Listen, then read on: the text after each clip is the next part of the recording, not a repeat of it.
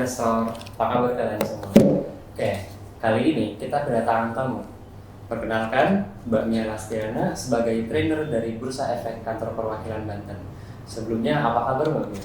Halo semuanya, kabar baik. Apa kabar yang lain? Baik? Baik Kak. Oke, boleh Kak nih diminum dulu mungkin. Oh ini beneran nih? Iya. Oke.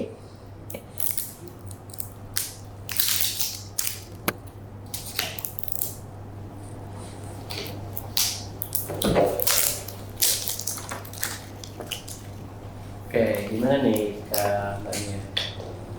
Udah siap buat membagikan materi kepada sobat investor semua? Siap dong. Oke, jadi kita kali ini akan membahas tentang tips-tips investasi kepada Gen Z.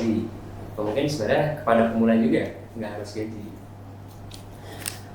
Oke, mungkin langsung saja ya.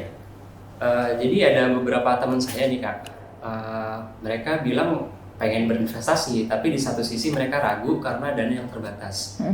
Kira-kira ada nggak sih Kak untuk orang-orang yang ingin berinvestasi tapi masih ada keterbatasan di anggaran? Oke, dananya terbatas. Terus apakah artinya jadi nggak bisa investasi? Itu mitos ya. Kita bukan main mitos atau fakta, tapi itu sebenarnya mitos. Yang pertama, investasi itu terjangkau banget. Starting harga saham mungkin teman-teman udah tahu, di sini bisa di searching aja. Startingnya yang bisa mulai dari 50 perak. Ada juga sih yang selalu perak, cuman ya kita semua tahu itu seperti apa, tapi startingnya ada yang dari 50 perak. Pembelian saham minimum 100 lembar, 50 kali 100 berapa Afif? 5.000. Goceng.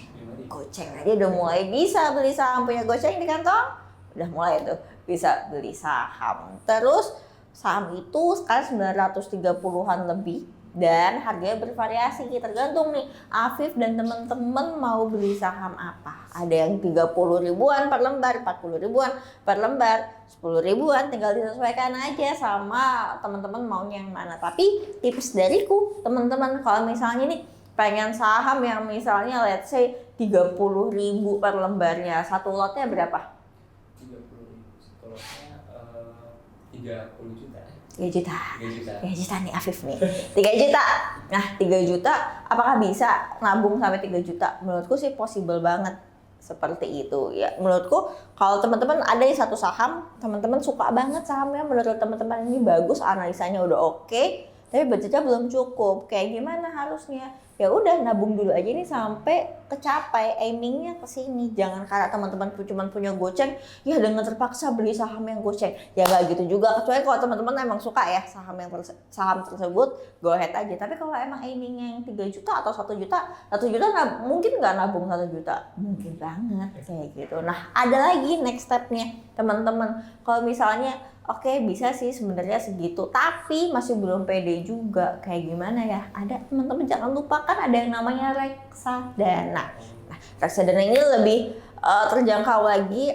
Ada beberapa platform yang bolehin dari goceng, ada yang bolehin dari ceban. Jadi paket 5.000, paket 10.000 kayak gitu. Udah bisa dapat dalam satu reksadana ini kayak piring buah ini isinya udah berbagai macam saham. Jadi teman-teman udah nggak usah repot-repot lagi, nggak ada dana, udah bukan perkara lagi ya sekarang. Kenapa? Karena investasi itu terjangkau banget.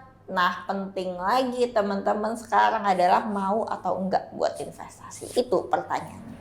Wah, jadi nggak perlu mahal-mahal ya, dari 5.000 aja udah bisa. Betul. Kalau misalkan buat teman-teman yang belum ahli analisisnya, mungkin bisa reksadana. Terus kira-kira nih ada nggak ya Kak yang harus diwaspadai buat pengambilan keputusan, kayak misalkan perkataan influencer, resiko atau sejenisnya, itu ada nggak ya Kak? Aku yakin banget pasti teman-teman kalau Gen Z ya sekarang pasti main sosial media. Ya, betul. Dan influencer itu pasti ambil andil lah ya dalam keputusan kalian melakukan apapun. Gak usah investasi deh. Mau makan di mana juga sekarang searchingnya di sosial media. Ya gitu, mau cari berita apa ngeliatnya di sosial media, ngeliat nih pendapatnya mereka tuh kayak gimana. Kayak gitu, nggak cuma investasi, pasti udah shaping nih di hidup kita pendapat influencer ini. Nah tapi teman-teman juga mesti aware ya kayak gitu.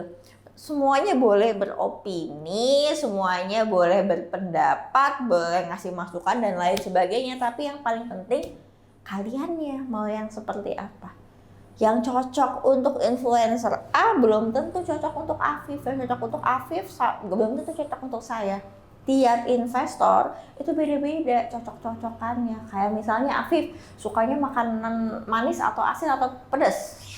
Misalkan saya suka pedas juga. Sukanya pedas. Afif mungkin dikasih rendang suka. Tapi kalau Afif dikasih gulali mungkin si Afif giung teman-teman. Gulali paling enak di dunia mungkin Afif juga nggak suka karena dia sukanya yang pedas. Kayak gitu. Jadi teman-teman mesti tahu dulu profil resiko masing-masing. Seperti apa? Apakah yang suka resiko ataukah nggak suka resiko ataukah yang tengah-tengah, dan mesti tahu juga Afif dan teman-teman. High risk, high return. Kalau mau yang tingkat keuntungannya tinggi, artinya apa? Artinya juga harus pilih yang resikonya lebih tinggi. Poin selanjutnya apa? Udah tahu profil resikonya. Tahu juga produk yang mau dibeli ini kayak gimana. Apakah benar ataukah enggak, legal atau enggak. Nah, satu lagi sih, sebenarnya legalitas. Ini juga penting banget. Intinya pokoknya disingkat-singkat 2L. Legal dan logis. Itu ya yang paling penting. Cek nomor satunya legalitas dulu. Kalau udah nggak legal, udah deh jangan coba-coba. Dan yang kedua logis, tingkat keuntungannya masuk akal apa enggak. Kalau yang bilangnya pasti untung, terakhir dibilang Ferrari murah udah kagak masuk akal nih ya. Udah jelas tuh, jangan seperti itu. Pilih aja yang sesuai, yang legal dan logis. Ingat 2L itu aja pegangannya dulu. Berarti kita harus melihat tuh 2L dulu. Terus kita juga harus tahu profilnya diri kita sendiri nih. Kita ini tipe investor yang kayak gimana. Betul, kenali diri sendiri dulu. Baru abis itu enak mau milih yang seperti apa. Oke, Kak. Ini ada nggak strategi buat mengelola resiko pada portofolio Mbak Mia untuk teman-teman? Oke, strateginya gimana sih untuk mengelola portofolio kayak gitu? Oke, salah satu strategi yang terkenal, mungkin teman-teman juga udah sering dengar, don't put your eggs in one basket. Kalau punya telur, beli telur nih. Ini telurnya jangan ditaruh di satu keranjang aja. Taruh aja di beberapa keranjang. Kenapa? Karena kalau satu keranjangnya jatuh, ya udah nih pecah semua telurnya. Gak ada yang tersisa deh. Kayak gitu. Tapi gimana kalau misalnya taruhnya di beberapa keranjang, satu jatuh, masih ada nih keranjang-keranjang yang lainnya. Artinya apa? Kalau investasi, yuk boleh banget diversifikasi. Kayak gitu. Jadi kalau misalnya diversifikasi, contohnya gimana sih, beli saham di berbagai macam sektor. Teman-teman mungkin tahu, bisa lihat juga kayak gitu ya, pergerakan saham tuh biasanya di satu sektor tuh seragam. Kayak gitu ya, naik-naik semua, turun-turun semua kayak gitu. Nah, jadi kalau misalnya kita taruh di berbagai macam sektor, ada yang turun tapi masih ada nih yang masih oke. Masih ada penopang-penopang lainnya. Itu strategi pertama. Tapi ada juga yang bilang strategi kedua ini. Kalau punya telur, taruh satu mangkok basket kayak gitu ya. Ya, jangan sampai jatuh. Lototin nih telurnya. Kayak gitu. Ada juga yang seperti itu. Jadi ya fokus nih teman-teman di satu portofolio ini. Kayak gitu. Tapi mana yang lebih possible? Ngejagain ngototin satu atau taruh di beberapa keranjang. Nah, teman-teman yang decide. Mana yang better buat teman-teman? Oh, berarti kita tuh bisa diversifikasi saham, atau bisa juga kita nih taruh di satu, cuman kita terus pantau gitu ya. Betul, ada dua kemungkinan itu, mana yang lebih baik teman-teman nih, sesuai teman-teman sukanya yang seperti apa, nyamannya yang mana. Kalau selain dari itu ada nggak ya Kak kira-kira? Ada, sebenarnya kayak gini, investor di dunia ini sebenarnya terbagi-bagi. Ada yang mau beat the market, kayak gitu, mau ngalahin nih pasar, pokoknya kenaikan pertumbuhan portofolionya dia harus lebih tinggi dari pasar. Atau sebenarnya ada nih yang pasif kayak gitu ya, yang ngikutin pasar aja deh, yang penting setara nih sama pasar. Maksudnya pasar gimana sih, kalau di Indonesia kita bilang IHSG kayak gitu.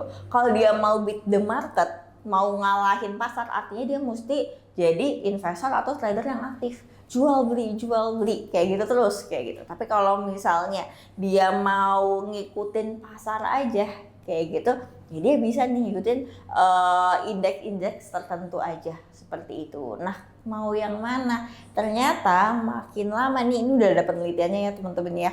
Makin lama perilaku investor tuh berubah, shifting. Awalnya setengah-setengah, sampai akhirnya sekarang lebih banyak yang ya udah deh sama aja, mirip-mirip aja nih portofolionya sama IHSG. Makanya apa? Makanya sekarang muncul berbagai macam produk investasi yang bagaimana caranya biar sesuai nih sama apa yang diinginkan investor. Makanya apa? Makanya ada sekarang ETF. Nah, dengan ada ETF atau exchange traded fund nih, teman-teman nggak usah repot-repot lagi. Gimana deh biar caranya sama keuntungannya sama nih, pergerakannya sama IHSG. Ya nggak artinya beli 930-nya saham tuh ya, kayak repot juga kalau kayak gitu. Bisa nih belinya beberapa indeks, teman-teman mau yang preferensinya kayak gimana, aksinya mau yang kayak gimana.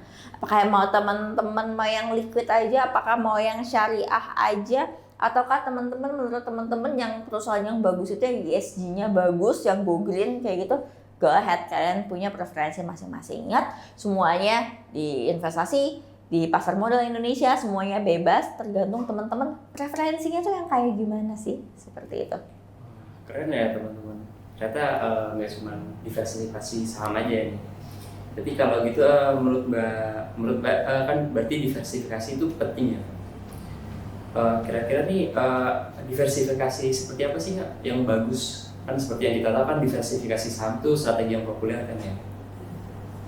Oke, jadi diversifikasi tadi kita udah sempat bahas, bisa taruh di berbagai macam sektor kayak gitu. Nah, taruh di sektor-sektor yang kenapa taruh di berbagai macam sektor? Karena ya tadi ini pergerakan saham di satu sektor biasanya seragam.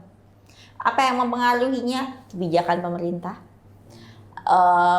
kondisi perekonomian negara, perang itu juga ternyata ngaruh. Lagi momen apa? Apakah lagi momennya mau lebaran? Apakah momennya lagi mau libur panjang? Apakah momennya lagi mau you name it lah, macam-macam seperti itu. Nah, hal-hal seperti itu biasanya mempengaruhi satu sektor kayak gitu. Misalnya perbankan kalau kondisi perekonomian bagus, dia naik duluan nih, leading indikator tuh ya si perbankan ini. Nah, itu teman-teman yang mesti dilihat. Jadi sektor-sektor apa nih yang teman-teman lihat dan tahu dan mesti tahu itu, paham sektornya seperti apa, karena setiap sektor punya bisnis cycle-nya masing-masing. Seperti jangan tiba-tiba, ini di sektor ini ternyata turunnya kenapa nih? Mesti tahu apakah memang bisnis cycle-nya seperti itu. Kayak gitu. Itu mesti tahu dulu apa, jangan beli yang katanya ya, yang kata grup yang teman-teman ikuti ini, grup pom-pom, hati-hati grup pom-pom itu. Cek lagi, cek and recheck, jangan sampai beli kucing dalam karung seperti itu. Oke, berarti jadi kita nih harus pantau terus ya berita-berita gitu, agar karena kan biasanya berita-berita tuh ada informasi-informasi tentang suatu sektor, contohnya kayak yang politik, terus perbankan atau properti mungkin, ya terus kita juga ya jangan beli kucing dalam karung lah gitu. Oke Kak, kemudian ada nggak sih Kak, kan ada toko investor nih, ada banyak toko investor. Nah, kira-kira toko investor yang diikuti itu berpengaruh terhadap pengambilan keputusan nggak Kak? Nah, persis kayak tadi yang udah awal kita omongin ya, influencer tuh ngaruh nggak sih dalam pengambilan keputusan? Bangun tidur, scroll TikTok, Instagram, itu aja sih yang saya tahu ya, sosial media. Mungkin teman-teman lebih banyak lagi sosial medianya, saya udah nggak tahu lagi, udah nggak terlalu ngikutin banget kayak gitu. Jangankan investasi, hari ini pakai baju apa deh, mau makan siang di mana deh, ternyata itu ngaruh banget dari apa yang kita lihat, algoritmanya ya sekarang ya. Makanya kita juga mesti pinter-pinter nih. Kayaknya sekarang saya nih ya, nggak tahu deh kalau teman-teman seperti apa. Kalau yang ada di pikiran kita aja ternyata di-explore TikTok atau Instagram, lah udah kejawab nih kayak gitu. Apakah dia bisa mendengar pikiran saya kayak gitu, kayak algoritmanya ya seperti itu. Nah, teman-teman tentunya itu bakal ngaruh banget.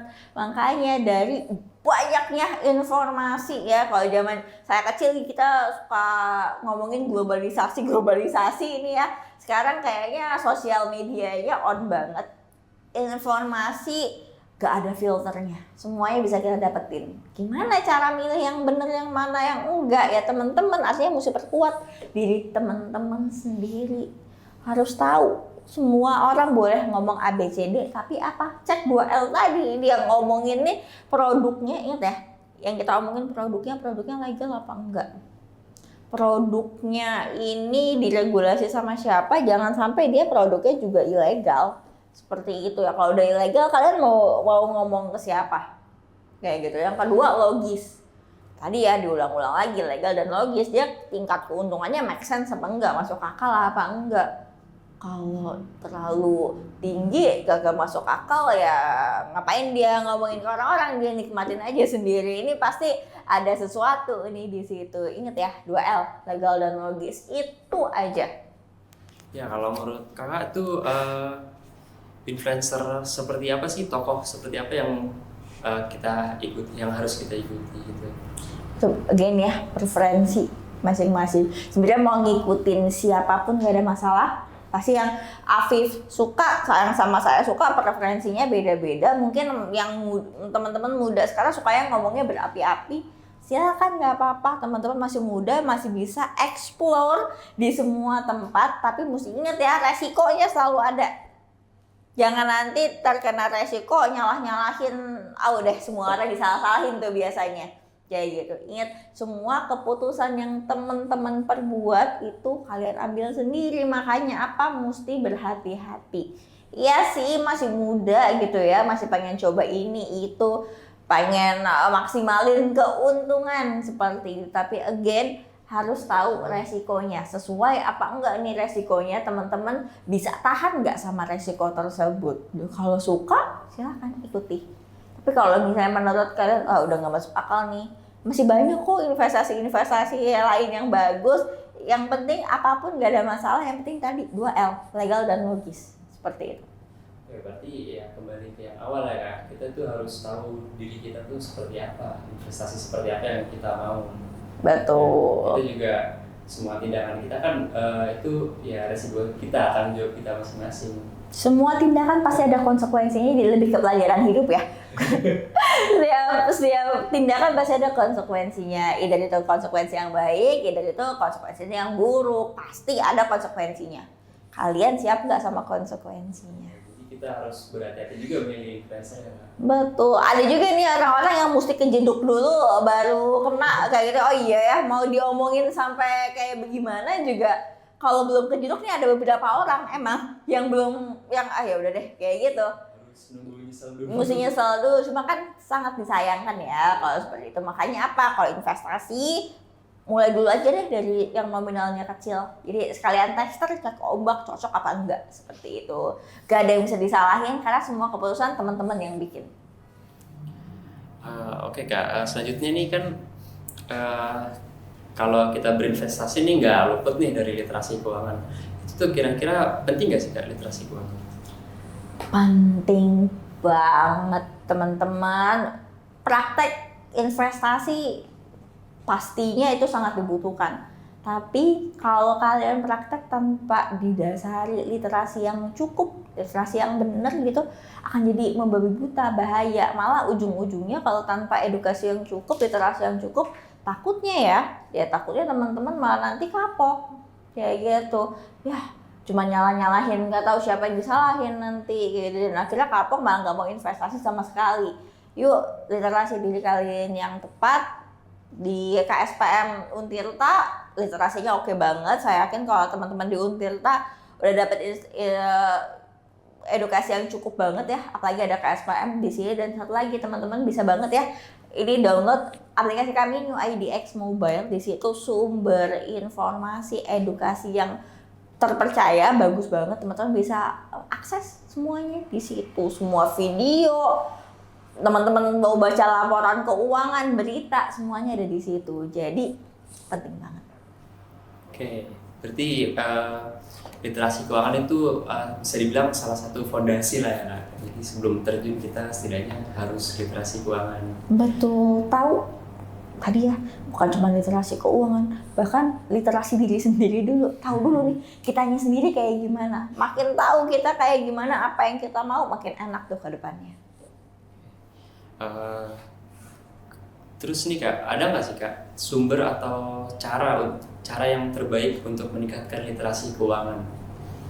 Yang terbaik kalau zaman saya dulu, nggak selama itu juga sebenarnya. Tapi waktu zaman saya dulu, cari informasi itu dari buku.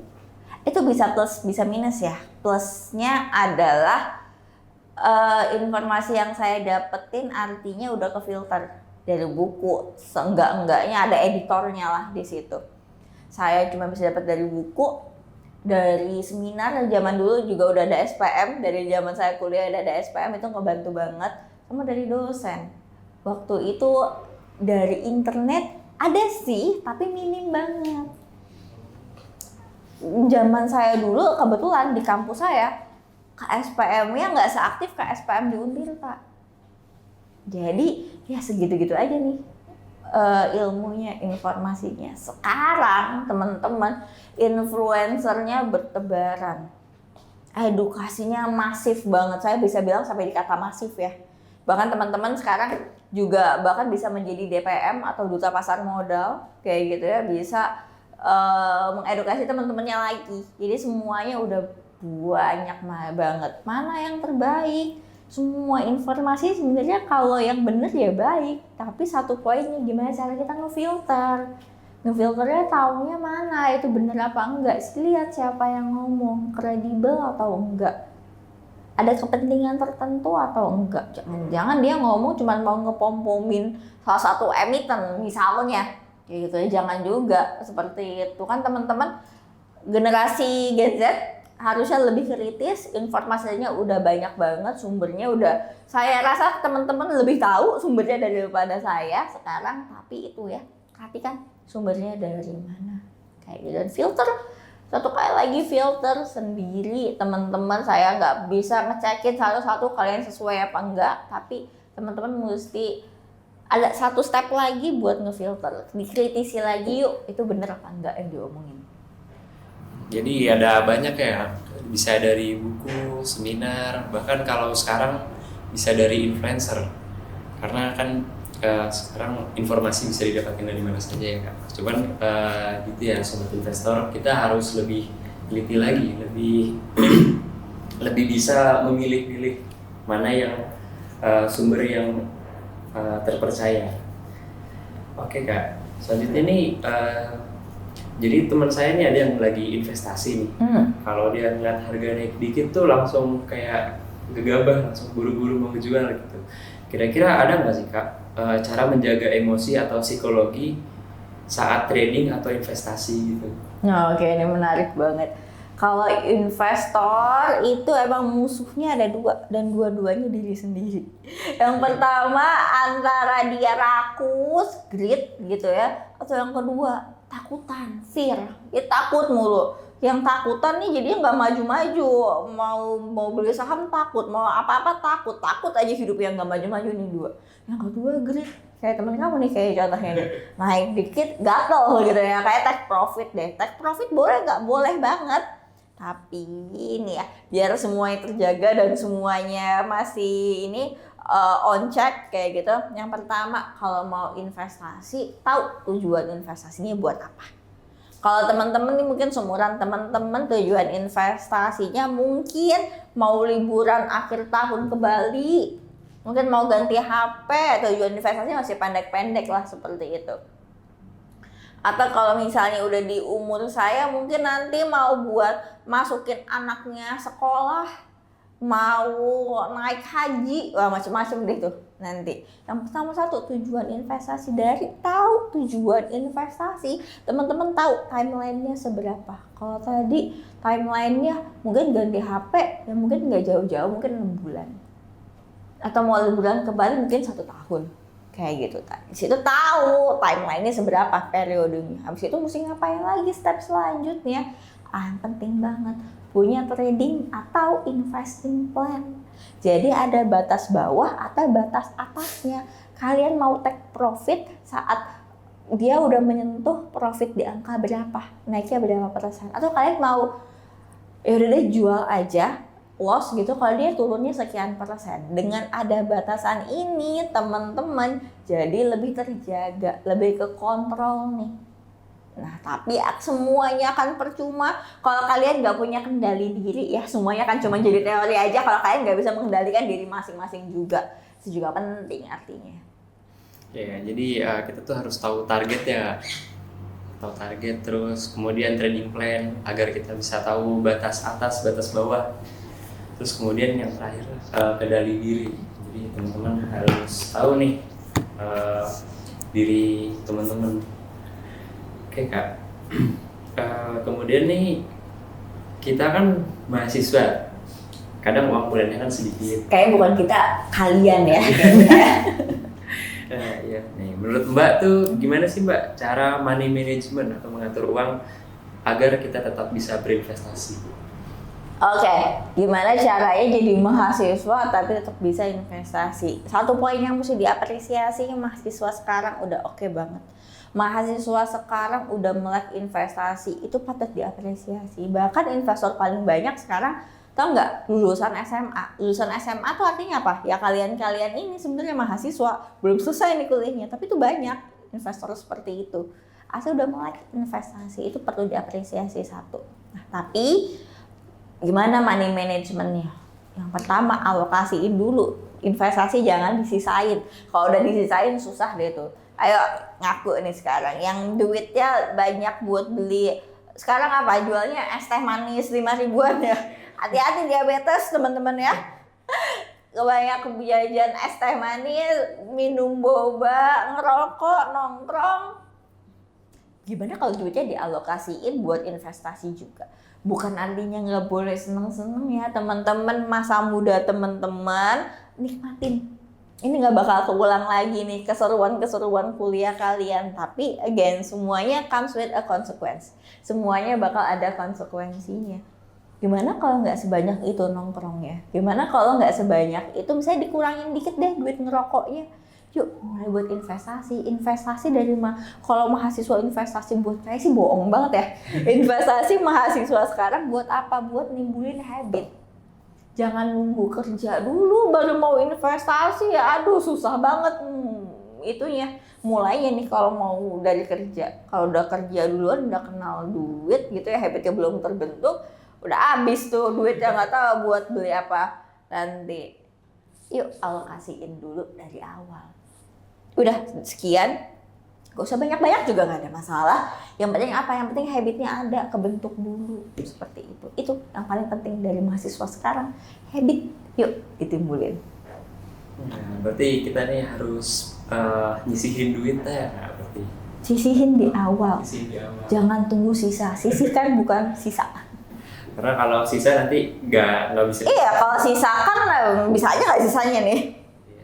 Terus daripada buat nongkrong, ya sebenarnya nggak apa-apa. Cuman kan lebih alangkah baiknya kalau kita sisihkan, kita kurangi, kita sisihkan untuk investasi. Karena kan tidak perlu banyak juga. Seperti yang kakak bilang tadi, dari 5.000 saja sudah bisa berinvestasi. Betul.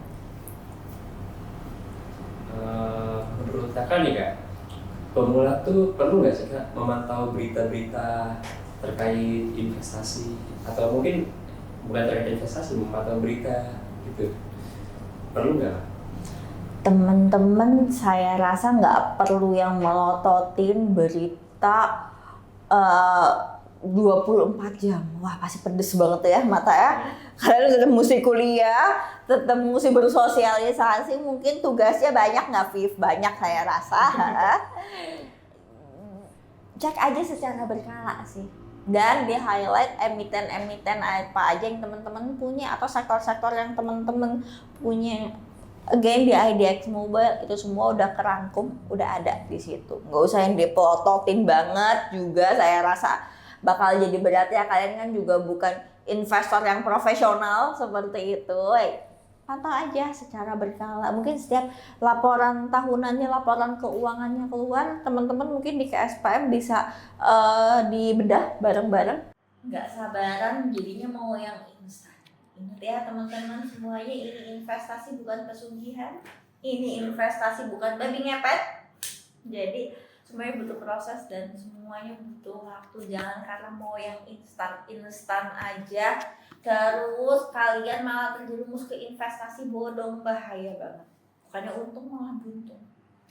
Again, ingat 2M tadi. Hati-hati, jangan reckless. Tapi again, satu lagi ya, namanya mahasiswa. Eksploratif banget nih kayaknya, pengen coba ini, pengen coba itu. Boleh nggak coba ini dan itu? Silakan at your own risk. Tahu resikonya. Kalau kalian emang nggak masalah sama resiko itu ya nggak apa-apa. Tapi ingat mesti tahu resikonya.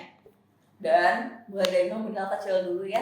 Mungkin kalau zaman sekarang anak-anak muda ya masih coba-coba mau ngabisin jatah gagal misalnya kayak gitu. Ya kalau kalian nggak masalah sama konsekuensinya, silakan. Tapi ingat nggak ada yang bisa disalahin di situ. Semua keputusan investasi ada di tangan kalian. Kami dan teman-teman Vespa tentunya juga bisa nyuntin doang, ngasih tahu resikonya apa aja. Kalau kalian suka, go ahead. Kalau kalian ngerasa nggak sanggup sama resikonya, boleh jangan. Masih banyak investasi yang lain kan? Iya, kalau orang bilang bahasa kerennya hidup cuma sekali. Hidup cuma sekali. Oke. Banyak banget nih ilmu yang kita dapat hari ini. Terima kasih banyak Mbak Mia karena sudah meluangkan waktunya. Mungkin kita akhiri sampai di sini. Sampai jumpa sobat investor. Sampai jumpa juga di ngobrol bareng anak investasi selanjutnya. Dadah. Dadah, thank you semua.